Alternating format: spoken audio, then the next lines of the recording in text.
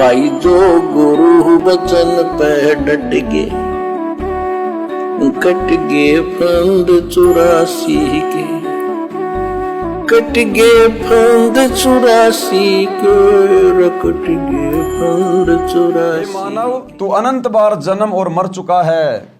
भाई जैसे एक सीधी सी बात है इसको समझने के लिए कि आदमी कैसे बार बार जन्मता है और मरता है। विशेषकर हिंदू भाइयों को तो अच्छे से पता है कि त्रेता युग में रामचंद्र जी आए थे दशरथ के बेटे, और जब उनकी पत्नी को रावण उठा ले गया, अब बेचारा रामचंद्र क्या करे, राज्य से वो निष्कासित है। अब अपनी पत्नी को रावण से लड़ाई करके वापस लाने के लिए उसको सेना की आवश्यकता थी। अब उस समय किष्किंधा में बाली ने अपने भाई के साथ में लड़ाई करके और उसके राज्य के ऊपर कब्जा कर रखा था, और सुग्रीव की पत्नी को भी बाली ने अपनी पत्नी बनाकर रखा हुआ था। अब सुग्रीव का संपर्क हो गया हनुमान जी के माध्यम से श्री रामचंद्र जी के साथ। अब रामचंद्र जी ने कहा कि ऐसी ऐसी बात है, तो सुग्रीव ने कहा कि मैं अपनी वानर सेना से आपकी मदद कर दूंगा, लेकिन आपने मेरे भाई बाली से मेरा राज्य और मेरी पत्नी वापस दिलवानी पड़ेगी। तो रामचंद्र जी ने अपने स्वार्थ के लिए हां भर दी और कोई ऑप्शन नहीं था। तो श्री रामचंद्र जी ने यानी विष्णु जी ने धोखे से पेड़ की ओट लेकर और बाली को तीर से मारा, और बाली ने मरते समय कहा कि मेरी तेरी क्या दुश्मनी थी, तूने तो अपने स्वार्थ के लिए मारा मेरे को, अपनी पत्नी को रावण से छुड़वाने के लिए, क्योंकि सुग्रीव ने वायदा किया था कि तू मेरे भाई को मारकर मुझे राज्य दिलवा देगा तो मैं वानर सेना से तेरी मदद करूंगा। तो हे विष्णु, हे रामचंद्र, तूने तो अपने स्वार्थ के कारण मेरी मृत्यु की है, इसका बदला कब देगा। तो विष्णु अर्थात श्री रामचंद्र जी ने कहा कि द्वापर युग में मैं फिर से श्री कृष्ण के रूप में जन्म लूंगा, यानी फिर से मेरा जन्म होगा, और उस समय मैं अपना ये बदला दूंगा।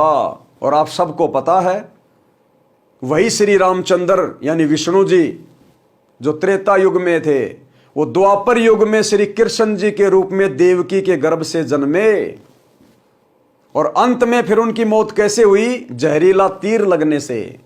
वो बाली वाली आत्मा, वो एक शिकारी बना द्वापर युग में, श्री कृष्ण बना राजा, और श्री कृष्ण जी जंगल में गया हुआ था, एक पेड़ के नीचे सो गया पैर पे पैर रख के।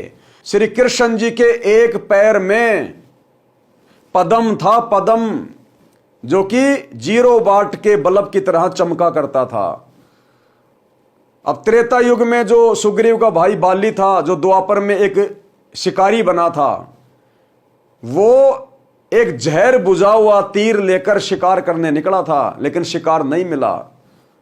अचानक से देखा कि कोई चीज चमक रही है, पेड़ों की झुरमटों से उसने देखा कि कोई चीज चमक रही है। अब उसने सोचा कि पूरा दिन हो गया शिकार मिला नहीं, और लगता ये हिरण बैठा उसकी आंख चमक रही है, अगर मैं इधर उधर से जाऊंगा तो ये भाग जाएगा। उसने हिरण की आंख समझकर और दूर से ही निशाना लगा दिया उस जहर बुझे हुए तीर से, और वो श्री कृष्ण जी के पैर में जा लगा। लगते ही उन्होंने हाय मर गया, हाय मर गया, क्योंकि भैया दर्द तो होगा ही जब तीर लगेगा पैर में, कोई कांटा लग जाए तो ही आदमी कितना दुखी हो जाता है। अब वो बालिया तुरंत दौड़ के गया कि लगता है धोखे से कोई इंसान मर गया। जाके देखा तो ये तो राजा है, पता चला ये तो द्वारिकाधीश है। उसने कहा कि भगवान मैंने जानबूझ के नहीं मारा, मेरे से गलती हो गई। तो श्री कृष्ण जी ने कहा कि भैया तेरी गलती नहीं है, तेरा और मेरा अदला बदला पूरा हो गया। उसने कहा कि भगवान आप राजा, मैं रंक, आपकी मेरी क्या अदला बदली। तो श्री कृष्ण जी ने कहा कि त्रेता युग में मैं रामचंद्र जी के रूप में जन्मा था, और तू सुग्रीव का भाई बाली था, और मैंने तेरे को धोखे से मारा था तीर से। आज भाई तूने धोखे से मेरी हत्या कर दी, तेरा बदला पूरा हो गया। कहने का मतलब भाई और बहनों, इस प्रकार से हमारे बारंबार जन्म और मृत्यु होती है। जिस प्रकार इस भगवान विष्णु की बारंबार जन्म और मृत्यु होती है, त्रेता युग में रामचंद्र बन के जन्मा, फिर द्वापर में श्री कृष्ण बन के जन्मा, और कलयुग के लास्ट में अब वो कल्कि बन के जन्मेगा। कलयुग के लास्ट में जब हमारे भगवान जन्म और मरण में हैं, तो भला आप और हम 2 कोड़ी के इंसान भला कैसे जन्म मरण में नहीं आएंगे। और दूसरी बात, हम जिन भगवानों की भक्ति कर रहे हैं सुख प्राप्त करने के लिए, पाप कर्मों का सत्यानाश करवाने के लिए, क्योंकि सुख कब होगा, जब हमारे पाप कर्म कटेंगे।